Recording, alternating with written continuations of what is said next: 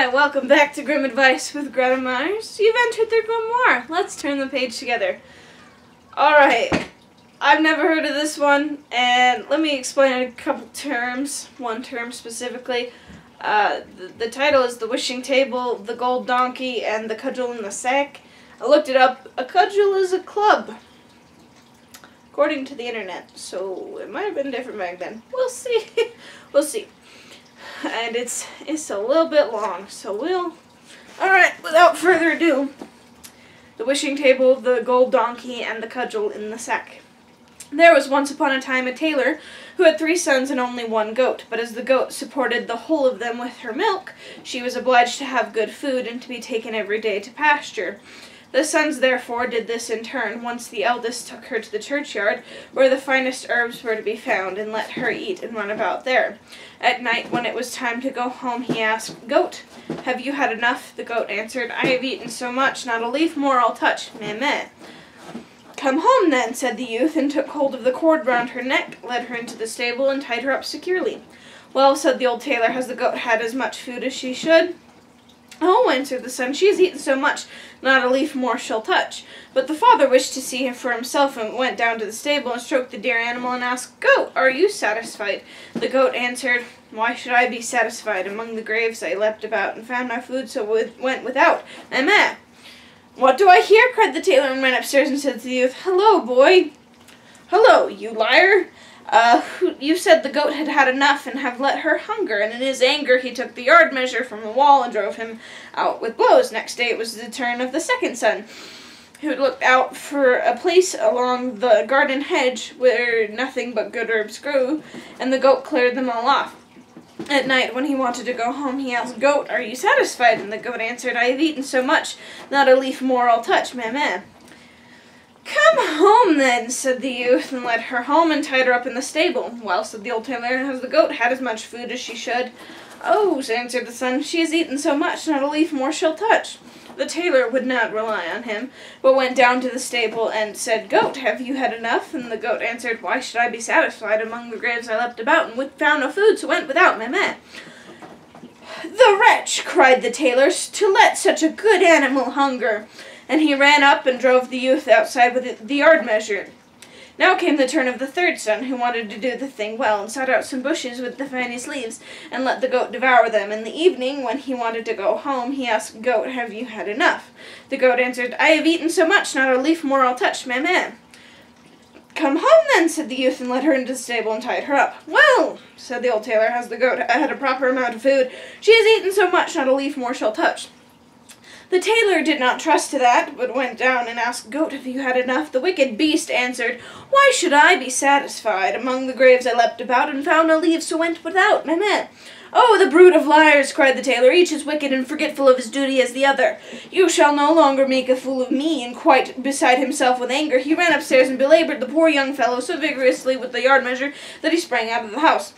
The old tailor was now alone with his goat. Next morning he went down into the stable, caressed the goat, and said, "Come, my dear little animal, I will take you to feed myself."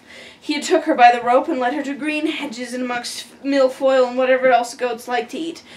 "There you may for once eat to your heart's content," said he, and let her browse till evening. Then he asked, "Goat, are you satisfied?" She replied, "I have eaten so much, not a leaf more I'll touch. Meh meh."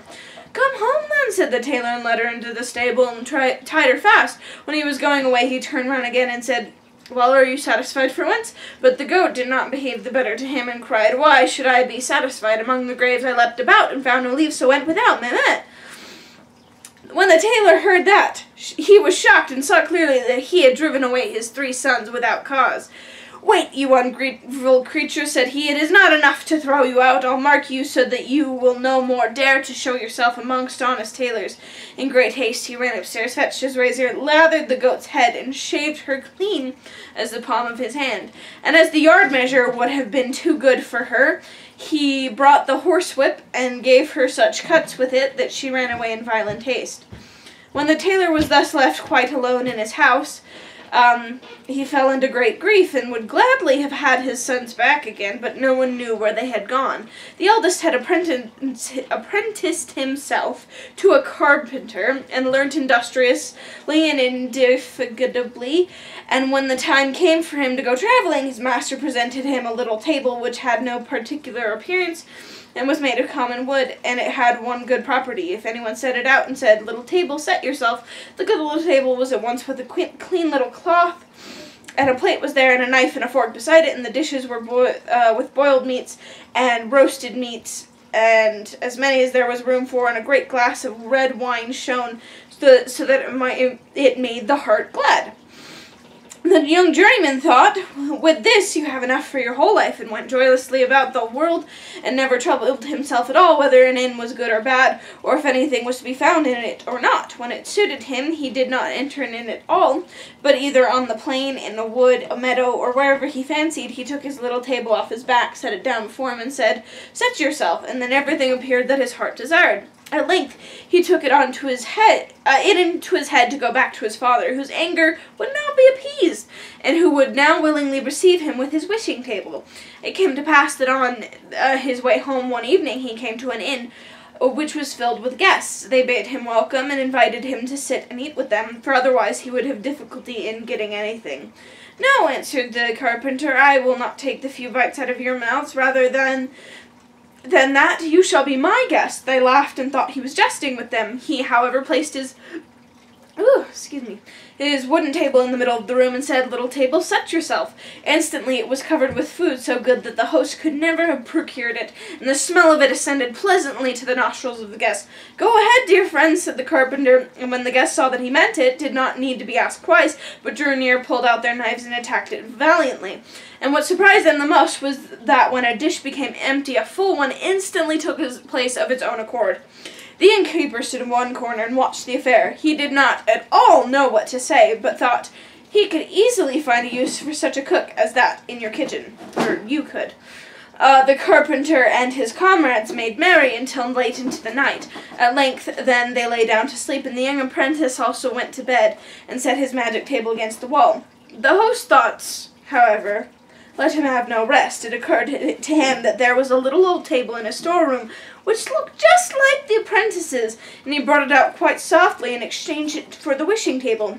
Next morning the carpenter paid for his bed, took up his table, never thinking that he had got a false one, and went his way. At midday he reached his father, who received him with great joy. "Well, my dear son, what have you learnt?" said he. "Father, I have become a carpenter." "A good trade," replied the old man, "but what have you brought back with you from your apprenticeship?" "Father, the best thing which I have brought back with me is this little table." The tailor inspected it on all sides and said, "You did not make a masterpiece when you made that. It is a bad old table." "But it is a table which furnishes itself," replied the son. "When I set it out and tell it to cover itself, the most beautiful dishes stand on it, and a wine also which gladdens the heart. Just invite all our relations and friends, and they shall refresh and enjoy themselves for once, for the table will give them all they require." When the company was assembled, he put his table in the middle of the room and said, "Little table, set yourself."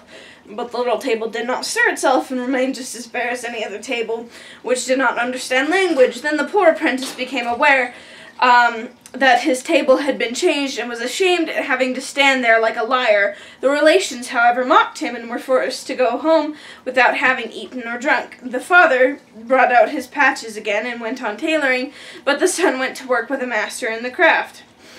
The second son had gone to a miller, and had apprenticed himself to him.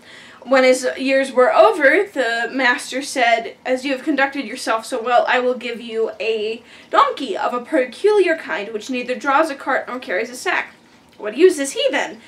asked the young apprentice. "He lets gold drop from his mouth," answered the miller. "If you set him on a cloth and say, 'Bricklebrit,' the good animal will drop gold pieces for you." "That is a fine thing," said the apprentice, and thanked the master, and went out into the world. When he had need of gold, he would only to say "Bricklebrit" to his donkey, and it rained gold pieces, and he had nothing to do but pick them off the ground. Whenever he went, the best of everything was good enough for him, and the dearer the better, for he always had a full purse. When he had looked about the world for some time, he thought, You must seek out your father. If you go to him with the gold donkey, he will forget his anger and receive you well." It came to pass that he came to the same inn where his brother's table had been exchanged. He led his donkey by the bridle, and the host was about to take the animal from him and tie him up. But the young apprentice said, "Don't trouble yourself. I will take my gray horse into the stable and tie him up myself too, for I must know where he stands." This struck the host as odd, and he thought that a man who was forced to look after his donkey himself could not have much to spend. But when the stranger put his hand in his pocket and brought out 2 gold pieces and said he was to buy something good for him, the host opened his eyes wide and ran and sought out the best fare he could muster. After dinner, the guest asked what he owed. The host did not see why he should not double the reckoning, and said the apprentice must give 2 more gold pieces. He felt in his pocket, but his gold was just at an end. "Wait an instant, sir host," said he, "I will go and fetch some money." But he took the tablecloth with him. The host could not imagine what this could mean, and being curious, stole after him, and as the guest bolted the stable door, he peeped through a hole left by a knot in the wood. The stranger spread out the cloth under the animal and cried, "Bricklebrit," and immediately the beast began to let gold pieces fall, so that it fairly rained down money on the ground. "My word," said the host, "ducats are quickly coined there. A purse like that can't be wrong." The guest paid his score and went to bed, but in the night the host stole down into the table, laid away the master of the mint, and tied up another donkey in his place. Early next morning the apprentice travelled away with his donkey, and thought that he had his gold donkey. At midday he reached his father, who rejoiced to see him again and gladly took him in. "What have you made of yourself, my son?" asked the old man. "A miller, dear father," he answered. "What have you brought back with you from your travels?" "Nothing else but a donkey." "There are donkeys enough here," said the father. "I would rather have had a good goat." Yes," replied the son, "but it is no common donkey, but a gold donkey. When I say Bricklebrit, the good beast opens its mouth and drops a whole sheet full of gold pieces. Just summon all our relatives, and I will make them rich folks." "That suits me well," said the tailor, "for then I shall have no need to torment myself any longer with the needle," and ran out himself and called the relations together. As soon as they were assembled, the miller bade them make way, spread out his cloth, and brought the donkey into the room. "Now watch," said he, and he cried, "Bricklebrit," but no gold pieces fell, and it was clear that the animal knew nothing of the art, for every donkey does not attain such perfection. Then the poor miller made a frown, saw that he was betrayed, and begged pardon of the relatives, who went home as poor as they came. There was no help for it. The old man had to take to his needle once more, and the youth hired himself to a miller. The third brother had apprenticed himself to a turner, and as creating by lay this skilled labor, he was the longest in learning. His brothers, however, told him in a letter how badly things had gone with them, and how the innkeeper had cheated them of their beautiful wishing things on the last evening before they reached home. When the turner had served his time, and had to set out on his travels, as he conducted himself so well, his master presented him with a sack, and said, "There is a cudgel in it." "I can put on the sack," said he, "and it may be of good service to me, but why should the cudgel be in it? It only makes it heavy." "I will tell you why," replied the master. "If anyone has done anything to injure you, do but say, 'Out of the sack, cudgel,' and the cudgel will leap forth among the people and play such a dance on their backs that they will not be able to stir or move for a week, and it will not leave off until you say, 'Into the sack, cudgel.'" The apprentice thanked him and put the sack on his back, and when anyone came too near him and wished to attack him, he said, "Out of the sack, cudgel," and instantly the cudgel sprang out and beat the coat or jacket off one after the other right on their backs, and never stopped until it stripped it off them, and it was done so quickly that before anyone was aware, it was already his own turn. In the evening, the young turner reached the inn where his brothers had been cheated. He laid his sack on the table before him and began to talk of all the wonderful things which he had seen in the world. "Yes," said he, "people may easily find a table which will cover itself, a gold donkey and things of that kind, extremely good things, which I by no means despise. But these are nothing in comparison with the treasure which I have won for myself, and am carrying about with me in my sack there." The innkeeper pricked up his ears. "What in the world can that be?" thought he. "The sack must be filled with nothing but jewels. I ought to get them cheap too, for all good things go in threes." When it was time for sleep, the guest stretched himself on the bench and laid his sack beneath him for a pillow. When the innkeeper thought his guest was lying in a sound sleep, he went to him and pushed and pulled him quietly and gently and carefully at the sack to see if he could possibly draw it away and lay another in its place. The turner had, however, been waiting for this for a long time, and now, just as the innkeeper was about to give a hearty tug, he cried, "Out of the sack, Cudgel!" Instantly the little Cudgel came forth and fell on the innkeeper and gave him a sound thrashing. The host cried for mercy, but the louder he cried, so much more heavily the Cudgel beat the time on his back until at length he fell to the ground exhausted. Then the turner said, "If you do not give back the table which covers itself in the gold donkey, the dance shall begin afresh." "Oh no," cried the host quite humbly, "I will gladly produce everything, only make the accursed goblin creep back into the sack." Then said the apprentice, "I will let mercy take the place of justice, but beware of getting into mischief again." So he cried into the sack, Cudgel, and let him have rest. Next morning the turner went home to his father with the wishing table and the gold donkey. The tailor rejoiced when he saw him once more, and asked him likewise what he had learned in foreign parts. "Dear father," said he, "I have become a turner." "A skilled trade," said the father. "What have you brought back with you from your travels?" "A precious thing, dear father," replied the son, "a cudgel in the sack." "What?" cried the father, "a cudgel? That's worth your trouble indeed. From every tree you can cut yourself one." "But not one like this, dear father. If I say 'out of the sack, Cudgel,' the cudgel springs out and leads anyone who means ill with me a weary dance, and never stops until he lies on the ground and prays for fair weather. Look, with this cudgel I have got back the wishing table and the gold donkey, which the thievish innkeeper took away from my brothers. Now let them both be sent for, and invite all our kinsmen. I will give them food and drink, and will fill their pockets with gold too." The old tailor would not quite believe it, but nevertheless got the relatives together.